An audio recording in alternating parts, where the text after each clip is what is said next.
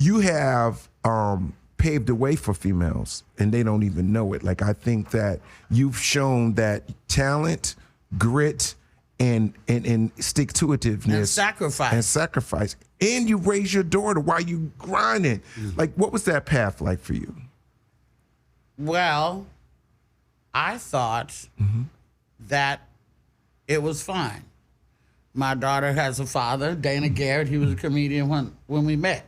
Okay. And that's why it was a big deal in Oakland when we smashed and had a baby, because the two comics done made a baby. Like, that don't always happen, because number one rule is don't fuck a comic. Right. I fucked one and had a baby, so see what I'm saying? But anyway, so when I left Oakland to come to LA, I was able to leave my daughter with her father and his mom and his sister and brother. Okay. And so she was with her father's side of the family. I didn't see nothing fucking wrong with that. It's not like I left her with a cousin or grandma, the way we used to get raised by your grandmother and stuff like that. This is damn daddy. So I went to LA. I married. We was grinding, sleeping in the car, sleeping in the daddy house, and all that stuff. But I finally, got enough money to get a studio apartment. My daughter would come visit me. Then I'd take her back to Oakland. Then when I got my house, I went and got her, and she came out, and she's been in LA ever since, going back and forth whenever she wants to. But the issue was, we did Iyanla Fix My Life for a free trip to Atlanta. We was like, yeah, let's go do this. We thought this was going to be a big joke. We're going to fuck with Iyanla a bit. Blah, blah, blah.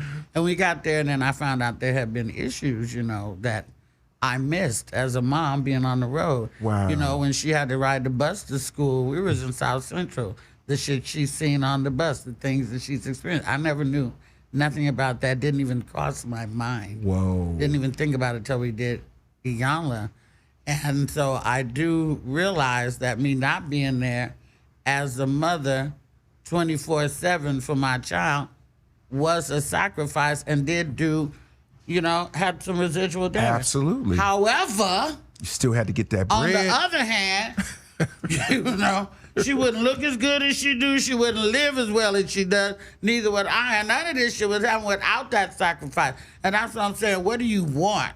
Do you want to make your kid happy? Or do you want to make your kid be able to live a quality life? Yeah. And it does. And when it's the mother, you catch more flack.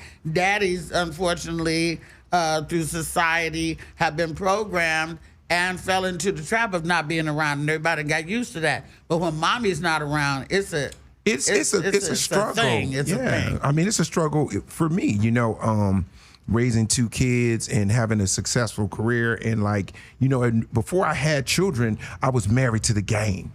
Yeah. Before I got married, had kids, I was just killing the game and killing. You have to be married to it to kill it like that. Yeah, everything else is secondary. Period. Yeah, it was really a difficult a change for me, because I was just getting my jobs. Some jobs would take me 3 months. I'll be out of the country 4 months. I'd be over here 2 weeks. What did you shoot out of the country? I shot 2 films. I shot a movie called Never Was.